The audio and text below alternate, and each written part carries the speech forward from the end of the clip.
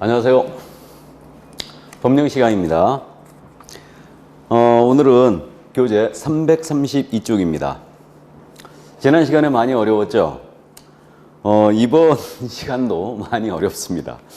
우리 과목에 지금 가장 깊은 터널을 들어왔어요. 그러니까 이 터널을 빨리 벗어나야 되는데 조금 어려운 부분이네요. 지난주보다는 이 벌칙 부분은 조금 좀 난데 행정처분을 지금 공부했었고요. 지금 오늘 332쪽 벌칙으로 들어갑니다. 이 벌칙에서는 이제 2문제 정도, 행정처분에서는 약 3문제 정도였는데, 자, 벌칙. 여러분들은 교재 333쪽에 표가 그려져 있습니다. 그래서 벌칙에 대한 전체 개요, 이걸 말씀드립니다. 자, 보시면, 지금 벌칙 그랬는데요. 이건 행정벌을 얘기합니다. 그래서 행정벌은 크게 두 가지로 나눠져요. 하나는 행정형벌이 있어요.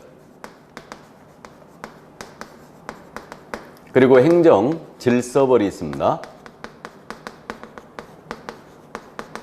그래서 이게 공통단어가 행정벌 이렇게 돼 있잖아요. 그래서 행정형벌과 행정질서벌을 묶어서 이것을 행정벌이라 부릅니다. 그럼 행정형벌은 뭐냐면요, 행정자가 들어가서 좀 어려워 보이죠? 그래서 이거는 징역 또는 벌금을 얘기합니다. 징역 또는 벌금이 행정형벌이다. 그래서 이거는 법원에서 형사 절차에 의해 나가는 겁니다. 징역 또는 벌금이니까. 다음에 질서벌 있지 않습니까? 행정질서벌은 이건 과태료를 얘기해요. 그래서 우리가 주차 위반 과태료 이렇듯이 과태료를 행정질서벌이라고 합니다. 자, 그래서 크게 벌은 이렇게 행정형벌과 행정질서벌로 나눠지고 있고, 행정형벌은 다시 두 가지로 우리는 나눠지죠. 그래서 우리가 이제 3-3이라 하는 거, 3년 이하의 징역 또는 3천만 원 이하의 벌금에 처하는 사유가 있고요. 그 다음에 1년 이하의 징역 또는 1,000만 원 이하의 벌금에 처하는 사유가 있습니다. 그래서 3-3, 1-1 이렇게 지금 대별되고 있고요. 행정질서벌은 다시 두 가지로 나눕니다. 500만 원 이하의 과태료가 있고요. 100만 원 이하의 과태료가 있어요. 그래서 제가 이게 500과 100과 이렇게 부르고 있죠. 그래서 이게 바로 이제 우리 행정벌에 대한 총괄 내용이다. 그러면 지금까지 우리는 이제 제재에 관한 사항이 전부 다 나왔거든요. 그래서 지금까지는 행정처분에 대한 내용을 공부했죠. 그래서 행정처분의 종류는 일단은 등록 취소가 있고 업무 정지가 있다 그랬고요. 이거는 개업공인사의 행정처분이었죠. 그 다음에 이제 공인중개사에 대해서는 자격 취소 처분과 자격 정지 처분이 있어요. 그리고 거래정보사업자에 대해서는 지정 취소 처분이 있었죠. 그래서 이게 우리 법상 토탈 제재입니다. 그래서 크게 행정처분과 행정벌로 나누고 있고, 그 다음에 행정처분의 종류는 이렇게 5가지가 현재 있는 거예요. 자, 그럼 우리는 이제 형벌에 대해서 3년에 3천, 1년에 1,000, 500과 100과 사이를 모두 암기해야 됩니다. 그래도 이거는 행정처분보다는 조금 나아요. 자, 그래서 교재 거기 지금 333쪽을 표를 설명을 드렸고요. 뭐 기타 병과 여부 이런 것들이 나오는데 이거는 다음 순환 때 다루기로 하겠습니다. 이런 것들은 조금 어렵기 때문에. 자, 그럼 한 장을 넘기시면 이제 3년 이하의 징역 또는 3천만 원의 벌금에 처하는 사유가 나오죠. 334쪽에 지금. 자, 그래서 올해 이 3년짜리 징역 사유가 대폭 늘었죠. 금지행에서 대폭 늘었기 때문에 이 부분이 지금 현재 출제가 이제 상당히 가능성이 높아진 부분입니다. 3년에 3천이에요. 그래서 이제 암기를 좀 해야 될 것 같은데, 먼저 이 3년에 3천은 무등록 중개업을 하는 자 있죠? 무등록 중개업자, 이자가 3년에 3천이에요. 다음에 거짓 그 밖에 부정한 방법으로 개설 등록한 자, 부정등록자. 자, 그래서 이 부정등록자는 뭐 국민에게 뇌물을 줘서 등록한 자를 말하죠. 그래서 이 둘은 격이 같습니다. 그렇기 때문에 신고한 포상금 준다는 거 기억나세요? 그래서 신고포상금이 있죠. 무등록업자, 부등록자는. 그 다음에 이제 우리 금지행에서 말이에요. 금지행에서 3년짜리가 훅 늘었는데, 지금 증서 등에 대하여 중개를 했거나 매매업을 했거나, 기억나세요? 다음에 시세교란행위 기억나십니까? 거래가 완료된 것처럼 꾸미는 등 시세를 교란하는 행위. 그래서 시세교란행위. 이게 새로 추가됐죠, 지금. 그 다음에 중개의뢰인과 직접 거래하거나 쌍방대리를 했어요. 직접 거래 쌍방대리 3년에 3천이죠. 그 다음에 투기를 조장하는 행위를 했습니다. 미등기 부동산 전매 중개했거나 법령 규정에 전매가 제한된 부동산에 전매를 중개했다. 그러면 이제 투기 조장행위를 했어요. 그러면 역시 금지이고요. 그 다음에 단체를 구성하여 중개를 제한하는 행위가 있죠. 그래서 단체를 구성하여 특정 중개대 사물에 대한 중개를 제한하나 그 단체 구성원 이외의자와 공동 중개를 제한하는 행위. 그래서 단체 구성 중개 제한 행위. 이게 또 이제 3년에 3천으로 추가된 거 아니겠습니까? 자, 그래서 이게 이제 금지행위, 개공 등의 금지행위로서 이렇게 5가지가 일단 들어와 있고요. 여기에 이제 더하여 또 뭐가 더 들어가 있냐면 개공 등의 업무를 방해하는 행위가 있었죠. 그래서 개공 등에 대해서 업무를 방해하는 행위. 그래서 개공 등에 대한 업무 방해 행위가 지금 3년에 3천으로 추가되어 있는데 이 부분이 그거 아니겠습니까? 안내문 온라인 커뮤니티를 통하여 특정 개업공사에 대하여 중개 의뢰를 유도하는 행위. 그래서 중개 의뢰를 유도하는 행위. 또 특정 가격 이하로는 중개 의뢰를 하지 아니하도록 하는 행위. 기억나십니까? 그래서 일반인 등이 우리 개업공사 등에 대하여 이렇게 금지행위를 해서는 안 되는 거죠. 그 다음에 이제 세 번째로 특정 개업공사에 대한 중개를 제한하는 겁니다. 그래서 특정 개업공사에 대하여 중개를 제한하는 행위, 이런 행위도 금지가 되어 있고요. 그 다음에 개업공사에 대한 표시광고입니다. 시세보다 현저하게 높게 표시광고하도록 강요하는 거예요. 강요를 하고요. 그 다음에 그 현저하게 시세보다 높게 광고하도록 유도하는 행위. 그 다음 이제 마지막으로 개업공사의 정당한 표시광고 행위를 방해합니다. 그래서 일반인 등이 이렇게 이제 3년에 3천을 맞을 수가 있죠. 일단 그래서 요게 이번에 이제 추가된 행위입니다. 자, 그래서 이게 바로 이제 3년에 3천이거든요. 그래서 3년에 3천짜리가 상당히 지금 많아진 거예요. 그래서 전에는 3년에 3천짜리가 5가지밖에 안 됐거든요. 그러니까 시험에 출제를 잘 안 됐는데 지금 현재 3년에 3천짜리가 이렇게 늘었기 때문에 꼭 이해를 해 두셔야 됩니다. 그래서 이거는 이제 암기표에 무, 부, 증시, 직투단. 그래서 무등록업자, 부등록다, 무부, 그 다음에 증시, 직투단. 기억나세요? 이 금지행위고요. 그 다음에 이제 업무방해행위는요, 유가강제 방해였죠. 그래서 이제 유가강제 방해인데 이게 약간 순서가 바뀝니다. 그래서 가격, 그 다음에 이제 강제, 그 다음에 방해하는 행위, 유가, 이렇게 이제 이게 추가된 거예요. 자, 그래서 3년 3천, 요 정도 감 잡아 두시고요. 그 다음에 이제 1년에 1,000입니다. 1년 이하의, 징역 또는 1,000만 원 이하의 벌금에 처하는 사유. 1년에 1,000이에요. 전에 그래서 1년짜리를 엄청 잘 물어봤죠. 그러니까 반드시 암기하고 있어야 됩니다. 1년짜리. 그래서 1년짜리는 지금 현재 우리 교재에 엄청 많지 않습니까? 엄청 많은데 이거는 압축을 하여 가도록 하겠습니다. 일단 압축하여 가는데 암기표대로 어차피 가야 되니까 이건 압축하여 말씀드립니다. 먼저 이중자에 걸렸잖아요. 이중자에 걸리면은 전부 다 1년이에요. 그래서 이중 등록을 했거나 이중 소속을 했거나 이중 사함소를 뒀잖아요. 모두 1년이에요. 그래서 이중 등록, 이중 소속, 이중 사함소 모두 1년입니다. 그 다음에 우리 법상 양도되어 있죠. 양도되어 다 1년이에요. 그러면 등록증이나 자격증 양도되어 한 자, 그 다음에 양수되어 받은 자가 있겠죠. 1년이고요. 다른 사람에게 성명이나 상호를 사용하여 중개 업무를 하게 한 자, 모두 1년이에요. 그러니까 이거 양도되어는 엄청 많은 겁니다. 등록증, 자격증, 양도되어 한 자, 받은 자. 다음에 다른 사람에게 성명, 상호 사용하여 중개 업무 하게 한 자, 모두 1년입니다. 자, 그 다음에 이제 우리 법상 사칭은 또 1년이네요. 그래서 공인중개사가 아닌 자가 공인중개사 유사명칭을 사용했다. 자격사칭이죠. 개업공사가 아닌 자가 공사사무소, 부동산 중개 또는 이하 유사명칭을 사용했다. 이게 명칭사칭이에요. 그래서 자격을 사칭하든 명칭을 사칭하든 아닌 자, 인자 모두 1년이에요. 자, 그 다음에 이제 표시광고죠. 개업공사 개공이 아닌 자가 중개업을 하게 해요. 표시광고를 하다가 걸렸어요. 그러니까 아닌 자가 표시광고 하다가 걸렸다. 그러면 1-1입니다.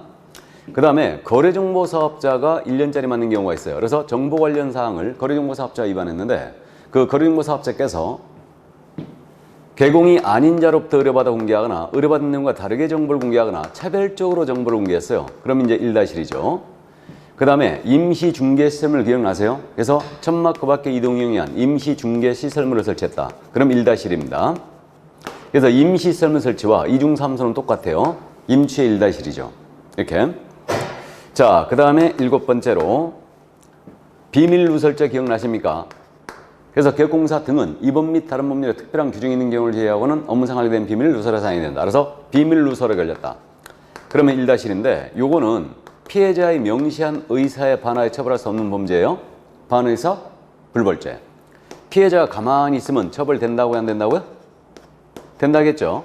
명시적으로 처벌을 원치 않는다라고 의사표시했을 때만 그 의사표시에 반하여 처벌할 수 없다. 그래서 이게 반의사 불벌죄고요. 자, 그 다음에 이제 금지행위 중에 1년짜리가 4가지가 있죠. 금지행위. 그래서 금지행위가 매매업, 무등록업자와의 거래, 다음에 보수, 초과, 거짓된 언행, 매무, 수거. 4가지. 요게 1년이에요. 그 다음에 금지행위 중에 나머지는 전부 다 3년이죠, 이제. 매무, 수거만 1년이고, 증시, 직투단 모두 3년이고요. 그 다음에 유가강제, 방해 모두 이거는 이제 3년으로 가고 있습니다. 자, 그래서 1년짜리 지역사유 있잖아요. 요렇게 압축하여 8가지로 암기합니다. 그래서 이거는 이제 암기표에 2양이에요. 다음에 사칭, 2양 사칭, 표, 정, 시, 비, 금지로 기억합니다. 그래서 2양 사칭, 표정, 시비, 금지 이렇게 이제 기억하는데 1년 동안 2양을 사칭하는 거 안 돼요. 그다음에 표정을 시비 거는 것도 안 됩니다. 금지예요. 그래서 2양 사칭, 표정, 시비, 금지로 기억합니다. 1년짜리를. 자, 그래서 이제 이게 1-1이었습니다. 그래서 차츰 이제 암기를 하시게 될 거고요. 근데요, 이 형벌에 대해서는 양벌 규정이 적용이 있다는 거죠. 그래서 교재 337쪽을 보시면 양벌 규정. 우리 앞에서 이거 들어봤거든요. 그래서 양벌 규정이 뭐였냐면 양쪽을 다 벌한다는 얘기입니다. 그래서 개업공사 고용한 소속 공인중개사 중개보조원, 법인의 임원사원이에요. 이들이 중개 업무를 수행하다가 우리 법 위반으로 징역벌금에 처하는 위반 행위했어요. 그럼 이들은 당연히 징역벌금 처벌하는데 이들을 고용한 개공도 처벌하는 거예요. 이들을 고용한 개업공사에 대해서는 그 위반 행위에 규정된 벌금형을 과한다 그랬죠. 벌금형을 과한다. 단, 이 해당 업무에 관하여 우리 개업공사가 상당한 주의와 감독을 다했을 때는 그러하지 아니하다. 벌금형을 면합니다. 그래서 소공이나 보조원이 업무상 행위가 됩니다. 중개업무 관련성이 꼭 있어야 돼요. 그래서 징역벌금 위반 행위했을 때는 개공에 대하여 해당 위반행위 규정된 벌금형을 과한다. 단, 해당 업무에 관하여 상당한 주의와 감독을 다했을 때는 그러하지 아니하다. 그래서 만약에 소공이 보수를 초과하는 행위했다. 그럼 보수 초과 행위는 1-1이지 않습니까? 그럼 소공은 1-1로 처벌하죠. 근데 이를 고용한 개공 있지 않습니까? 개공은 1,000만 원 이하의 벌금이라는 얘기죠. 그러면 형사재판이 열려가지고 만약에 소공에 대하여 400만 원의 벌금형이 선고됐다. 그럼 개공도 똑같이 400만 원 선고받는 것은 아니라고 그랬어요. 법정형만 똑같습니다. 그래서 법정 최고형만 똑같고 선고형은 다를 수 있다는 얘기죠. 그래서 이 점이고, 그 다음에 이제 우리가 결격사유에서 언급이 됐는데 양벌 규정에 의하여 개공이 만약에 400만 원 이상 벌금을 받아서 300만 원 이상을 받았어요. 그러면 양벌 규정에 의하여 우리 개업공사가 벌금형을 300만 원 이상 받았어요. 300만 원 이상 받았다 하더라도 이는 결격사유에 해당한다 안 한다? 안 한다고 그랬죠. 그래서 결격사유에 해당하지 않는다. 그래서 우리가 결격이 우리 공인사법 위반하여 300만 원 이상 벌금 받으면 결격이지 않습니까? 3년 동안 결격인데 이건 자신의 행위로 받아야 돼요. 그러니까 양벌 규정에 의한 벌금은 결격이 아니라는 거죠. 꼭 기억하셔야 됩니다, 이거. 그래서 이 정도 이제 이해를 해 주시고요. 그럼 여기서 지금 보시면요. 이게 양벌 규정이라는 것은 소공이나 보조원이 징역벌금 위반행했을 때 개공을 벌금 때리겠다는 얘기 아니에요. 그러니까 양벌 규정이라는 것은 이거 행정 형벌에만 적용이 되는 겁니다. 양벌 규정이. 여기 행정질서벌, 과태료라든가 행정처벌에는 양벌 규정이라고 안 해요. 그래서 양벌 규정이라는 것은 형벌에만 적용이 되지 행정질서벌이나 행정처벌에는 적용이 없다는 거예요. 그래서 이제 그 정도 또 감을 잡아 두시고요. 자, 그래서 거기까지. 이게 바로 이제 행정 형벌에 대한 내용이었습니다. 그럼 여기서 감 잡기 한번 해볼까요? 지금 형벌 사유 우리가 정확하게 암기는 안 했어요. 안 했는데 우리 형벌 대상에는요, 일반인 들어가죠. 여기 유가강제 방해. 그러니까 일반인이 개공 등에 대한 업무를 방해했다. 시세를 교란할 목적으로 방해했어요. 그렇게 되면 이제 이거 일반인도 맞을 수 있지 않습니까? 물론 무등록업자 일반인이죠. 보조원 형벌 맞을 수 있을 것 같아요, 없을 것 같아요? 있죠. 보조원도 금지행위하면 안 되죠. 그다음에 비밀누설해도 안 돼요. 그러니까 보조원도 형벌에 들어가요. 근데 이제 형벌의 대상에 거래정보사업자 들어갑니다. 그래서 이제 거래정보사업자가 이 광고, 이거 정보를 개공이 아닌 자로 들여받아 공개하는 다르게 차별을 공개했다. 그러면 거래정보사업자도 형벌 나갑니다. 협회만 빠져 있어요. 형벌에는. 자, 그래서 그 정도 참고해 두시고. 자, 그러면 행정질서벌로 넘어갑니다. 이 행정질서벌은 이제 과태료라고 했어요. 그럼 과태료인데 500만 원 이하의 과태료가 있거든요. 이 과태료 부과 사유 500만 원 이하 과태료는요, 일단 대상자별로 나눠서 봐야죠. 먼저 이 500만 원 이하 과태료로서 일단은 누가 지금 대상이 되고 있냐면 우리 교재도 지금 현재 대상자로 나눠 갖고 쭉 정리해 놨죠. 그럼 500만 원 이하 과태료 맞는 경우가 일단은 우리 거래정보사업자가 500만 원이 있어요. 거래정보사업자. 이 부분은 현재 우리 교재 339쪽 동그라미 4번에 있죠. 동그라미 4번. 거래정보사업자가 500만 원 이하 과태료 맞는 경우가 있는데 우리 거래정보사업자가 운영규정 제정 승인을 안 받았거나 운영규정에 위반하여 운영했거나, 그 다음에 거래정보사업자가 감독상의 명령이에요. 국토부 장관의 감독상의 명령 등에 위반했어요. 그럼 이때는 500만 원 과태료요. 그래서 거래정보사업자는 500만 원 맞고 운명하셨다요. 운명. 요렇게 이제 기억할 거고요.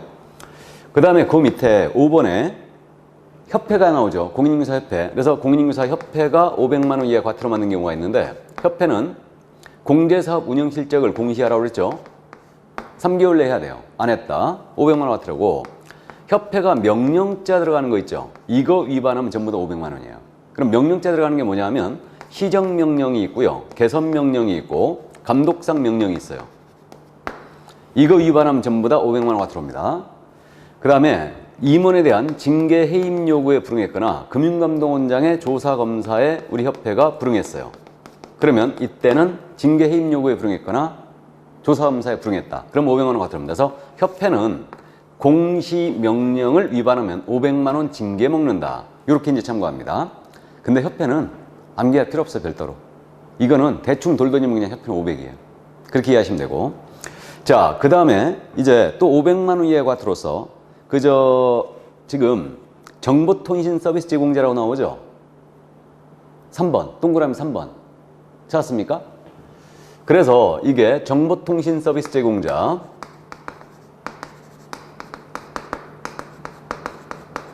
이자가 500만 원 과태료 받는 경우가 있는데, 이거는 말이에요. 국토교통부 장관이 부당한 표시 광고하고 있는가, 광고를 제대로 하고 있는가, 이거 정보통신 서비스 제공자에게 자료 제출을 요구할 수 있다고 그랬죠? 그럼 자료 요구에 불응했다. 그럼 이때 500만 원 과태료고요. 또 조치를 하라. 이거 부당한 표시 광고하고 있는가, 이 점에 대하여 조치를 하라. 또 게재를 해라. 이런 식으로 조치를 요구했는데 이 조치 요구에 불응했다.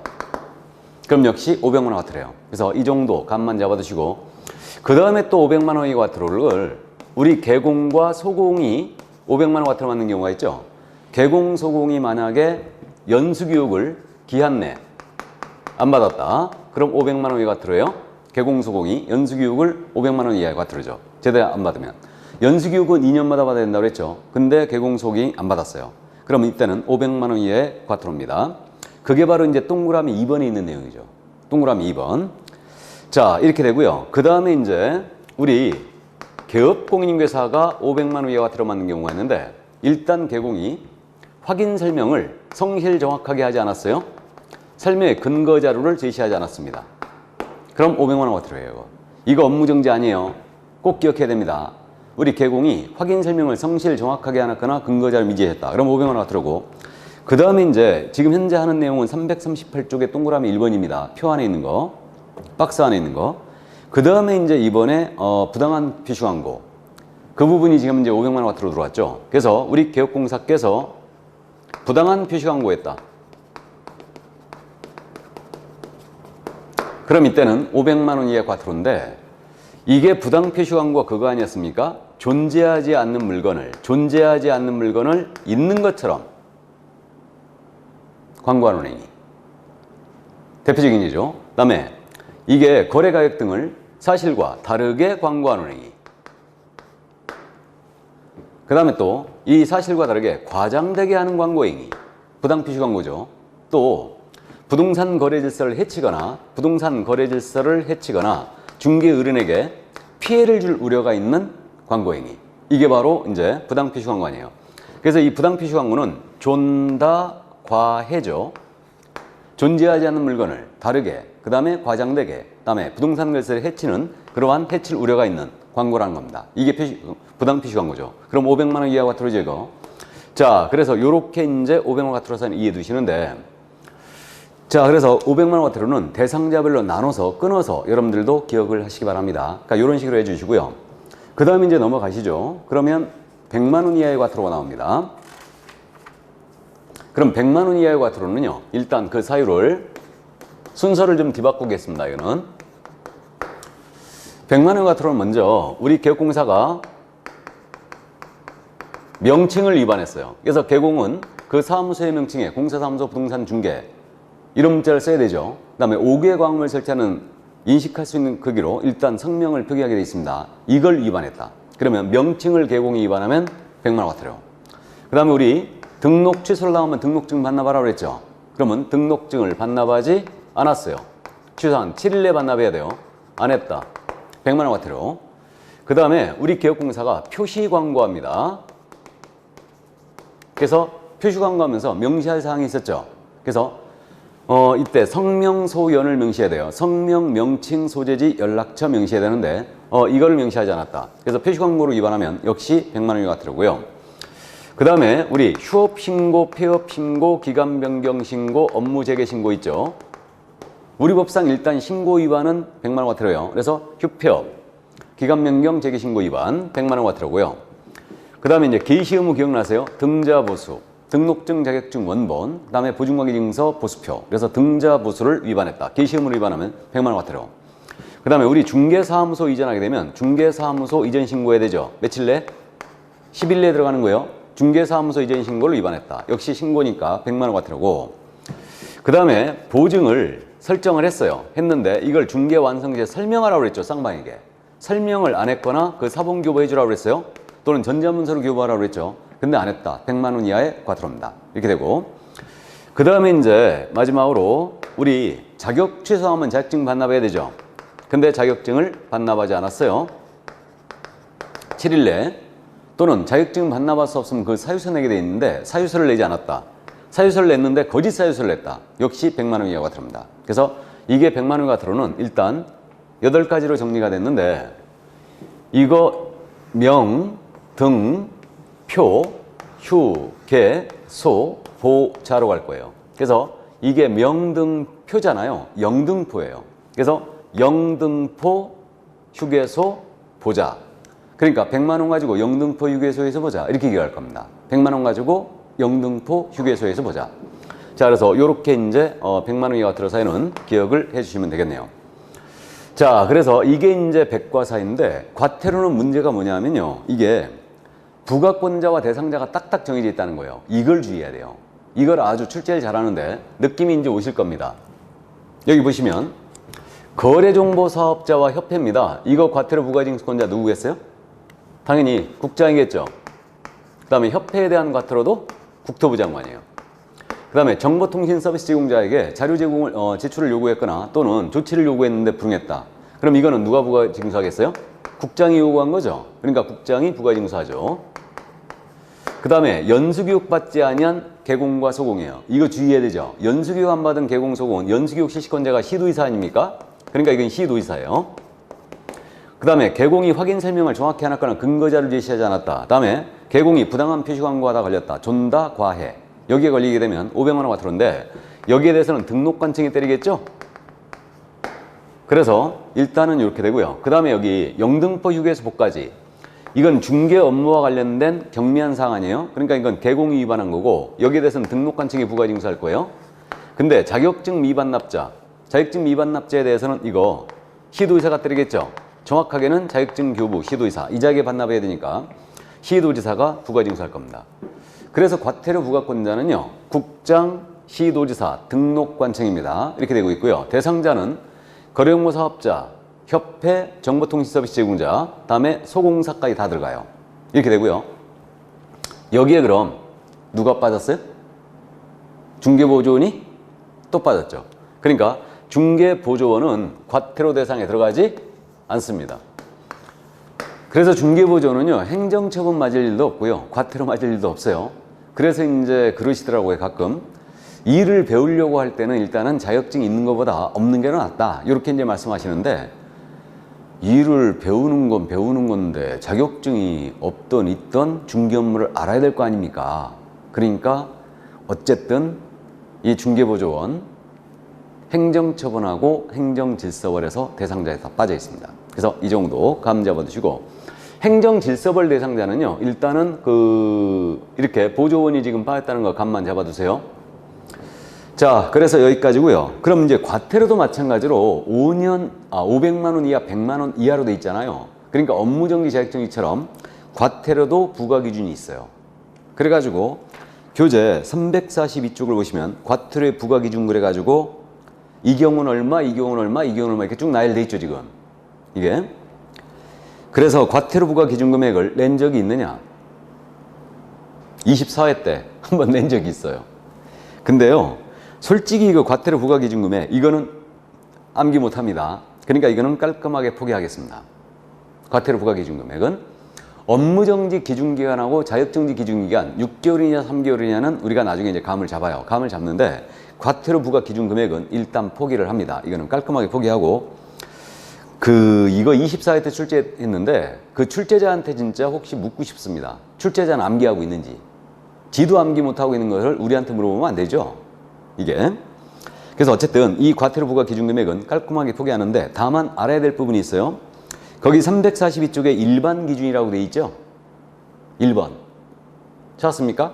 거기 보시면 국토교통부 장관, 시도지사 또는 등록관청은 위반행위 동기 결과 횟수를 고려하여 제2호의 개별 기준에 따른 과태료의 2분의 1, 과태료의 2분의 1 밑줄입니다.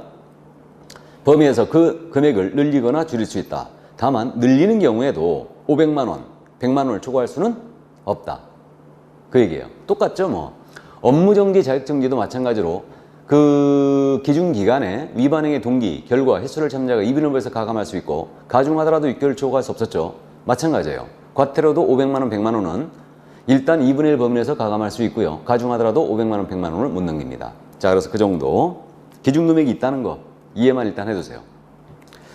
자, 그래서 이제 공인중개사법의 내용이 다 끝났어요. 그래도 여기 형벌하고 질서벌에 대해서는 행정처분 쪽보다는 조금 낫죠. 조금 낫습니다. 그래서 이 행정처분에서 3문제, 다음에 요 행정벌에서 2문제 정도 지금. 그래서 요 1년이냐 3년이냐. 올해 이제 3년이 많이 늘어났으니까 3년을 물어볼 가능성이 큰데 아주. 그래서 이제 그렇게 되고요. 요 과태료에 대해서는 500만 원 이하 과태료도 많이 늘었거든요. 늘었고, 그 다음에 이제 100만 원 이하 과태료. 요거 둘이 이제 암기를 하셔야 되고요. 그래서 우리는 이 제재에 대한 사항이 암기가 안 돼 있으면 굉장히 우리 불안해집니다. 그러니까 차츰차츰 아직 시간이 있으니까 이해의 바탕이 없는 암기는 전혀 쓸모가 없다고 했습니다. 그러니까 이제 내용을 이해하면서 차츰차츰 암기를 해나갑니다. 지속적으로 제가 반복하니까 기억을 할 거예요. 그래서 이 형벌 쪽은 여러분들 쉽게 맞춰버려요. 과태료도 마찬가지예요. 쉽게 그냥 맞춥니다. 이 부분은 행정처분 쪽이 좀 어려워요. 특히 임취하고 업무정지 사유가 잘 암기가 안 돼요, 이게. 자, 그래서 여기까지 이제 공인중개사 법령의 내용이 다 끝났고요. 이제 부동산 거래 신고에 대한 법령으로 들어갑니다. 부동산 거래 신고법. 자, 이 부분이 또 이제 개별 법이기 때문에 만만치 않습니다. 만만치 않은데 교재 이제 348쪽 부동산 거래 신고 등의 의무가 나와 있죠. 그래가지고 조문이 쭉 다 실려 있네요. 쭉 실려 있고요. 자, 그래서 이제 이 부동산 거래 신고법으로 들어가는데,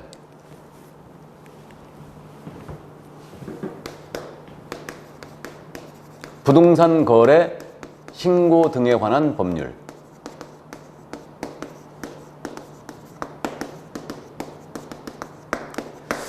이 부분은 원래 출제 비중이 약 4개 정도로 보입니다. 그러니까 여기서는 지금 현재 어떤 내용이 나오냐면, 우리가 실거래가 신고제라고 부르는 게 있죠. 부동산 거래 신고제가 있죠. 그리고 외국인은 국내 부동산 등을 취득할 때요, 신고나 허가 의무가 발생되거든요. 그래서 외국인의 국내 부동산 등의 취득 등에 대한 특례라고 그래요. 이거. 그래서 외국인의 국내 부동산 취득 등에 대한 특례가 나옵니다. 이게 있고요. 그 다음에 토지거래 허가제가 있죠. 그래서 이 세 가지 거래 규제, 이 세 가지 거래 규제가 지금 이 법의 토대입니다. 골자고요. 그래서 부동산 거래 신고제에선 2개, 외국인 취득 등에 대한 특례, 여기서는 하나, 토지거래 허가제에서 하나, 이렇게 보입니다. 그래서 원래 토지거래 허가제가 공법이 있었죠. 그랬다가 이제 우리 쪽으로 넘어왔습니다. 그래가지고 지금 여기서는 약 4개 정도 비중을 갖고 있는 걸로 보이는데, 지난 30회 때 여기서 무려 7문제를 출제했어요. 여기서. 자, 그래서 이 부분이 이제 단행법으로 구성되어 있기 때문에 여러분들이 내용이 좀 어렵고요. 실무 가시면 이 부분을 바로 어디 가서 물어보지도 못해요. 그러니까 이제 그 내용이 조금 시험도 지금 그 약간 까다롭게 출제하는 편이고요. 내용 자체도 저도 이제 정확하게 심도 있게 강의를 하는 편입니다. 그래서 여러분들이 이거 조금 어려워하셔요. 이거는. 자, 그래서 이제 부동산 거래 신고법이 이제 요 3가지 제도를 골자로 일단은 있다는 거 이해를 해 두시고요. 그럼 지금 현재 거기 350쪽을 보시면 법령의 목적 이렇게 돼 있잖아요. 350조. 이건 이제 참고하시고. 그래서 이 부동산 거래 신고에 대한 법률의 목적 이건 이제 참고해 주시고요. 용어의 정의가 나오잖아요. 그럼 용어의 정의 크게 어려운 점이 없는데 여기서 말하는 부동산은요. 토지 또는 건축물 얘기합니다. 그럼 입광공이 빠져 있죠. 그래서 이 법에서 말하는 부동산은 토지 또는 건축물만을 얘기한다. 그렇게 되고요. 그 다음에 2번은 부동산 등이란 표현이 나와있죠. 부동산 등이란 표현은 부동산 또는 부동산을 취득할 수 있는 권리를 말한다 그랬어요. 그래서 부동산 등이란 표현은 부동산을 취득할 수 있는 토지 건물 외에 부동산을 취득할 수 있는 권리가 들어갑니다. 그러니까 입주권, 분양권이 더 추가돼요. 이게 이제 부동산 등이란 표현이에요. 그 다음에 이제 거래 당사자는 매도인과 매수인을 말하고요. 여기에는 외국인이 당연히 포함됩니다. 거래 당사자에는 외국인 포함되고 있고요. 그 다음에 이제 외국인 등이란 표현이 나와 있죠. 그래서 이 외국인의 정의는 반드시 기억을 해 두셔야 됩니다. 그래서 외국인 취득 특례에서 이제 자주 물어보는데 외국인에 대한 특례, 그 외국인의 정의. 그래서 이제 351쪽에 맨 위에 박스 처리되어 있죠.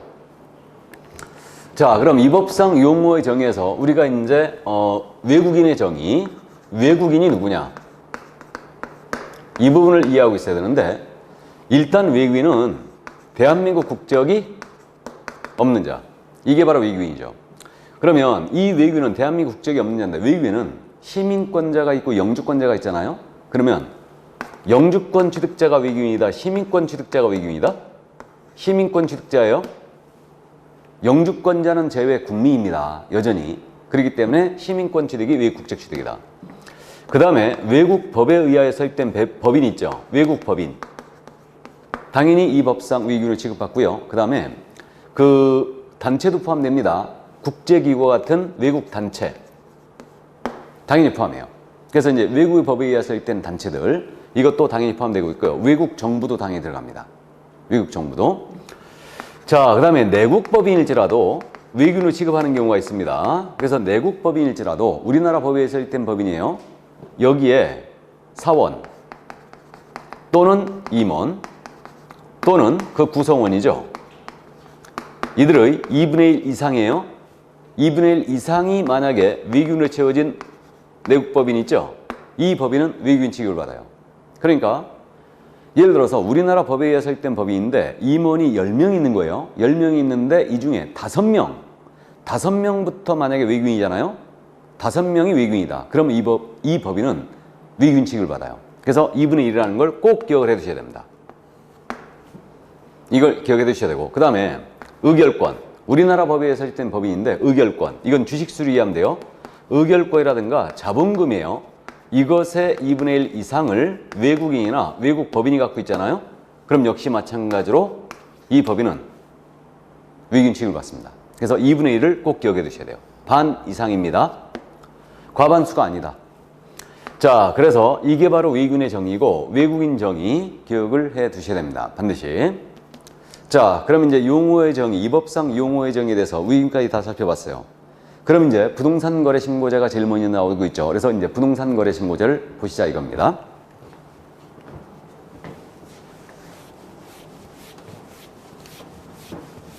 실거래가 신고제인데요. 2006년도 노무현 대통령실에 강력하게 이 노무현 대통령이 이걸 시행했죠. 그래서 이제 이 실거래가 신고제, 부동산 거래 신고제가 들어오면서 우리 부동산 거래가 일대 변혁을 일으키게 됩니다. 부동산 거래가 대단히 투명해졌죠. 그래서 이제 부동산 거래 신고제가 어떻게 보면 노무현 대통령의 이른바 이제 공과라고 볼 수 있는데, 우리 중개업을 하는 입장에서는 아주 이 부동산 거래 신고제 때문에 타격이 엄청 컸죠. 더군다나 현재 문재인 정부가 노무현 대통령의 그 부동산 규제에 대한 부분을 바통을 그대로 이어받았어요. 그래가지고 더하면 더왔지 지금 덜하지는 않습니다. 그래서 이제 강력하게 지금 드라이브를 걸고 있죠. 이게. 자, 그럼 부동산 거래 신고제인데 실거래가 노출을 목적으로 이 제도가 2006년도에 이제 도입이 되어 시행이 됩니다. 그래서 부동산 거래가 대단히 투명해졌어요. 그럼 이제 그 정도 참고해 두시고요. 우리는 그럼 어떤 계약을 했을 때 부동산 거래 신고를 해야 되는가? 신고 대상 계약에 대한 부분이 있죠. 부동산 거래 신고 대상 계약.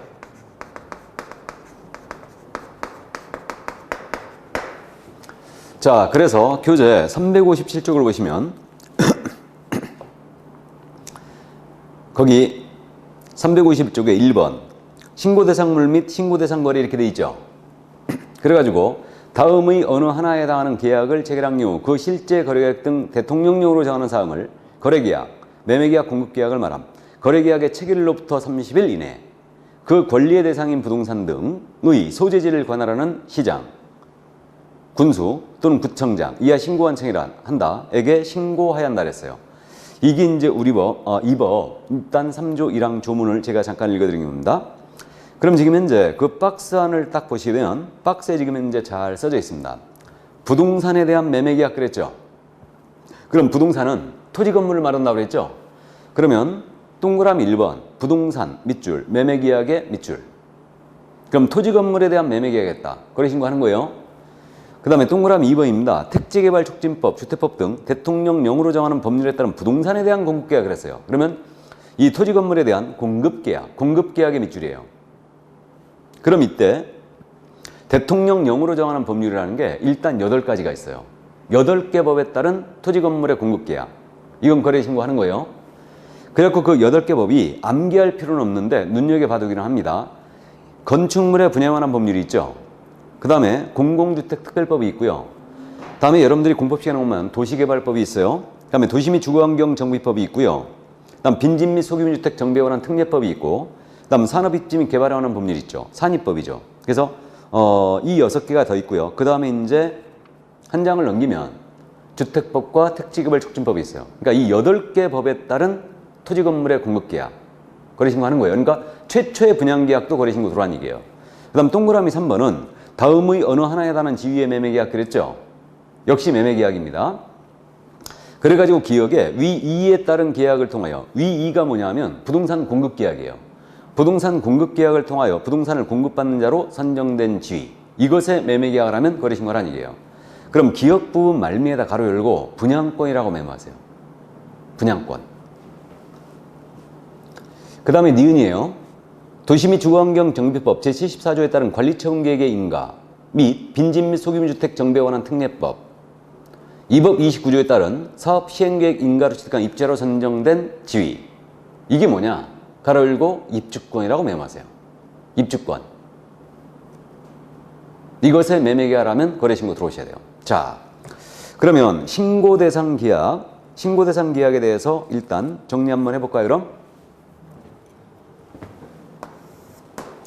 일단 그 박스 안에 있는 내용을 정리하면 계약의 종류는 오직 뭐뿐이다? 매매계약이라고 기억합니다. 매매 하나에 신고한다 하시면 돼요. 근데 이제 공급계약이 들어가 있죠? 8개 법에 따른, 8개 법률에 따른 공급계약이 들어가 있는데 이 공급계약 있지 않습니까? 이것도 매매계약 아니에요. 그러니까 8개 법이 아닌 것에 따른 토지 건물의 공급계약은 대상이 아니에요. 그러니까 8개 법이 있는데 그 법에 따른, 설마 시험에서 법 이름을 바꿔내진 않겠죠. 이거는 최초의 분양계약.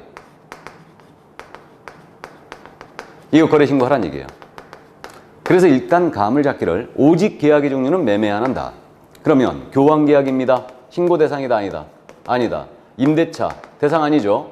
지상권 판결, 경매 전부 다 아니에요. 오직 뭐다? 매매다. 이걸 명심해야 돼요. 난 물건은 네 가지라고 기억합니다. 물건은 네 가지. 부동산에 대한 매매 계약을 했으니까 일단 토지 건물에 대한 매매 계약을 했어요. 그럼 거래신고 무조건 하는 거예요. 토지 건물 매매 계약이 거래신고 대상이다. 이 두 가지가 있고요. 그럼 토지에 대한 지분이라든가 건물 지분이에요. 지분 매매하면은 안 해도 되느냐? 지분 포함이죠, 당연히. 지분을 매매해도 당연히 토지 건물에 대한 지분 거래도 거래신고 들어오셔야 됩니다. 그 다음에 이제 요거를 지금 현재 기억리은에서 메모를 했는데, 하나는 분양권의 전매 계약이었죠? 분양권 매매 계약. 또 하나는 뭐였어요? 입주권. 입주권의 매매 계약이었다. 그래서 물건은 토지, 건물, 분양권, 입주권을 기억하면 돼요. 그러면 이 분양권이라는 게 뭐였냐면, 이거는 8개 법에 따른 공급 계약을 통하여 입주자로 선정된 지위. 이게 분양권이죠. 그래서 아파트 분양권이든, 주의할 점은 토지 분양권이든, 아파트 분양권이든, 주택 분양권이든, OP 분양권이든, 상가 분양권이든 이 8개 법에 따른 공급 계약을 통하여 입주자로 선정된 지위잖아요. 그럼 이건 전부 다 전매하면 거래신고 들어오시는 거예요. 그래서 일단 그렇게 이해해 두시면 돼요. 그러니까 주택 분양권만 대상이 되는 거 아닙니다. 상가 분양권도 이거 건축물의 분양하는 법률에 따른 상가였다. 그럼 역시 전매하면 거래신고 하셔야 돼요. 오피스텔 마찬가지예요. 건축물의 분양하는 법률에 따른 신고 대상 오피스텔이었다. 그럼 당연히 이거 들어오셔야 됩니다. 그래서 그 점을 꼭 이해해 주시고, 입주권은 지금 2개의 법을 언급했네요.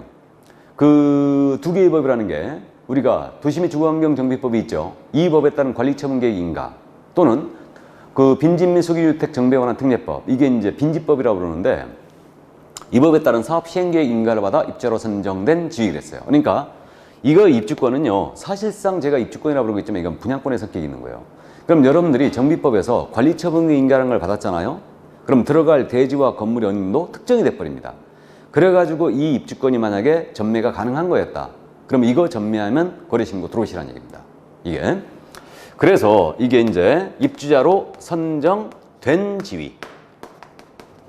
그 2개의 법, 정비법이라든가 빈집법에 따른 입주자로 선정된 지위. 이게 입주권이다. 이것에 매매라면 거래신고 들어오셔야 돼요. 그리고 이제 8개 법에 따른 공급계약이 돼 있는 거죠. 그래서 꼭 이렇게 기억하셔야 됩니다. 그래서 일단 명심할 게 거래신고 대상은 매매 하나다. 그러니까 나머지 교환, 임대차 다 아니다. 경매 취득도 아니다. 그렇게 이해하시면 되고, 그 다음에 물건은 4가지. 토지, 건물, 분양권, 입주권이고, 여기에 8개 법에 따른 공급계약이 추가되어 있다. 그렇게 이해하시면 돼요. 이게 신고 대상 계약이었습니다. 그럼 이 점 꼭 이해를 해두시고요. 자, 그러면 이제 신고 대상 계약에 대한 부분을 전부 따져봤는데, 이제 신고 기한이 나옵니다. 352쪽에. 그럼 이거 설명의 편의를 위해 잠깐 나열해 보겠습니다. 그럼 이제 부동산 거래 신고 절차 아니겠습니까? 절차에 대한 부분인데, 일단은 신고 대상 계약을 했잖아요. 그럼 부동산 거래 신고를 하겠죠. 그러면 신고 들어갔잖아요. 그럼 신고 내용을 확인한 다음에 지체 없이 신고 필증인을 교부해 줍니다. 신고 필증 교부해 주고, 그 다음에 신고 필증 나갔어요. 그러면 신고 가격이 적정한지 여부를 검증을 하게 돼 있죠. 검증. 그래서 이제 검증을 하게 돼 있고요. 이 검증 결과를 세무서장에게 통보를 해주게 돼 있어요. 그래서 이거는 제가 설명의 편의를 위하여 일단 나열을 한 것 뿐입니다. 그래서 이제 우리는 교재는 이 부분이 순서대로 쭉 돼 있어요, 지금. 순서대로. 그러면 어떤 계약을 했을 때 부동산 거래 신고를 해야 되는가? 이 문제는 해결했어요, 여기서. 그래서 매매 계약이고, 토지 건물 분양권 입주권의 매매 계약이고, 공급 계약이다. 이제 그렇게 하시면 된다고 그랬고. 그러면 계약을 체결한 날이죠. 조문을 우리가 읽어봤는데, 계약을 체결한 날로부터 부동산 거래 신고입니다. 며칠 내에 들어오시라고요? 30일이죠. 이게 지금 현재 2월 20일까지예요. 2월 20일까지는 60일입니다. 근데 2월 21일 날부터 이제 체결되는 계약에 대해서는 이때부터 지금 30일로 줄어들었어요. 실무하신 분들은 꼭 명심하세요. 2월 21일서부터는 30일로 줄어들었습니다. 그래서 이 점을 꼭 주의를 해주시고, 그럼 30일 내에 부동산 거래 신고하는 거예요. 그러니까 신고 기한은 잔금일이다, 계약 체결일이다? 계약 체결일. 체결일로부터 30일 내에 부동산 거래 신고하는 겁니다. 그래서 이 정도 이제 이해를 꼭 해 두시고요. 자, 그 다음에 이제 부동산 거래 신고하는데, 이때 이제 우리 교재 순서대로 가겠습니다. 그러면 부동산 거래 신고사항이 나오고 있죠? 393조. 신고사항. 그러면 계약 체결한 날부터 신고 들어가는데 30일 내 신고 들어가는데 신고할 사항이 뭐냐? 이 신고할 사항은 이거 반드시 이제 암기를 해야 되는데 거래 당사자 인적사항 가로 열고 당사자라고 메모하세요. 당사자라고 메모하고 당의 동그라미. 다음에 2번 거래상 부동산 등의 종류, 소재지, 지번, 지목 및 면적 이거 신고 들어가야 돼요. 그러면 이거 말미에 가로 열고 목적 부동산 목적 부동산이라고 쓰시고 목의 동그라미. 다음에 3번입니다. 계약 체계를 신고해야 돼요. 중도금 지급일, 잔금 지급일 모두 신고해야 돼요. 이때 계자의 동그라미. 계약 체계를 할 때 계. 다음에 4번 실제 거래 가격이요. 가로 열고 대금이라고 메모하시고 대자의 동그라미. 그 다음에 개업공인인사 개자의 동그라미 쳐보세요. 개업공사 할 때 개자에. 거래계약서를 작성 규범은 개업공사의 인적사항, 중개사무소 상호, 전화번호 및 소재지 신고해야 됩니다. 그래서 개업공에 관한 사항을 신고하게 되어 있고요. 중개거래인 경우. 그 다음에 6번입니다. 계약의 조건이나 기한인 경우는 조건기한을 신고하는데 이 조자의 동그라미. 조건할 때 조. 이게. 그 다음 이제 7번이 거래상 주택의 취득에 필요한 자금의 조달 계획 및 거래상 주택의 매수이자 본인이 입주할지 여부에 입주 예정 시기, 즉 입주 계획을 신고해야 돼요. 그러니까 자금 조달 계획 입주 계획을 신고하는데 이 자금 조달 계획 그 입주 계획은 언제나 신고하는 게 아니에요. 그 밑에 그저 메모가 돼 있는데 위 7 신고 사항은 주택법 제 63조에 따라 지정된 투기과일지구에 소재하는 주택, 투기과일지구라고 그랬죠. 밑줄이고요. 주택 밑줄 긋고요. 이거로서 실제 거래가격이 3억 이상인 주택, 3억 이상인 주택 밑줄 긋고 거래계약을 체결한 경우에 하나여 신고하여야 한다. 거래당사 중 매수인이 국가 등인 경우는 신고사항에서 제외한다. 신고사항에서 제외한다. 이랬어요.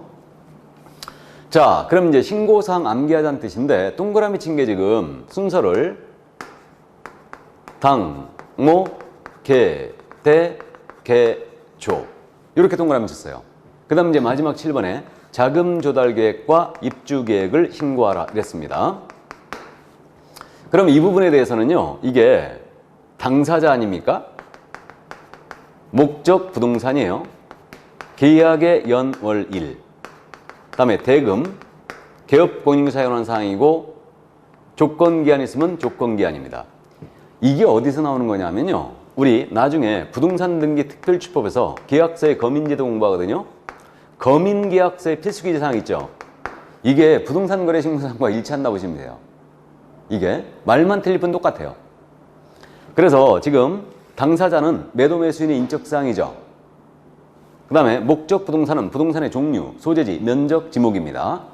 그 다음에 계약일, 중도금 지급일, 잔금 지급일 신고하겠고요. 그 다음에 대금, 실제 거래 가격이죠. 그 다음에 개업공사에 관한 사항이고 중개거래인 경우에 하나고요. 조건기한 있으면 조건기한이에요. 그래서 당목계대, 개조로 기억하는데 당목계대 개조. 이게 원래 뭐였냐면 전에 우리 개업공사가 중개업자였죠. 그래서 원래 이게 그거였습니다. 당목계대 중조였어요. 중이 좋아하시는 거. 당목과 계대. 당목이 뭐예요? 아지. 계대는 가리. 중이 좋아하신대요. 스님을 비하하고자 하는 취지가 아니었습니다. 우리가 암기를 좀 쉽게 하고자 하는 뜻이었어요, 이거는. 그래서 당목계대 중조였는데 우리 중개업자가 개업공사로 바뀐 거 아니에요. 그래서 이제 당목계대 개조로 갑니다. 당목을 계대로 개조한다. 이게 바로 부동산 거래 신고사항이에요. 그래서 말만 틀릴 뿐 거민계약서 필수기 사항과 똑같습니다. 그래서 암기표에 이렇게 돼 있어요. 이게.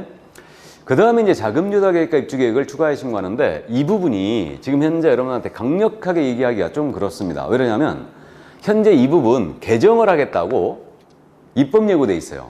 그럼 지금 현재 우리가 읽어본 바에 따르면 자금조달계획과 입주계획은 언제나 신고하는 게 아니고 투기과일지구에 돼요.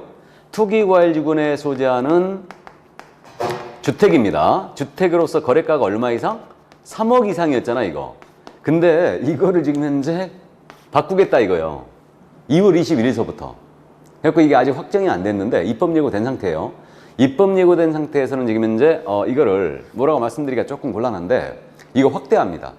그러니까 지금 현재는 자금지역 입주 계획을 투기과열지구내 주택 3억 이상 거래하게 되면, 매매하게 되면 자금지역 입주 계획 들어와야 되는데 이거를 더 강화하겠다 이거예요.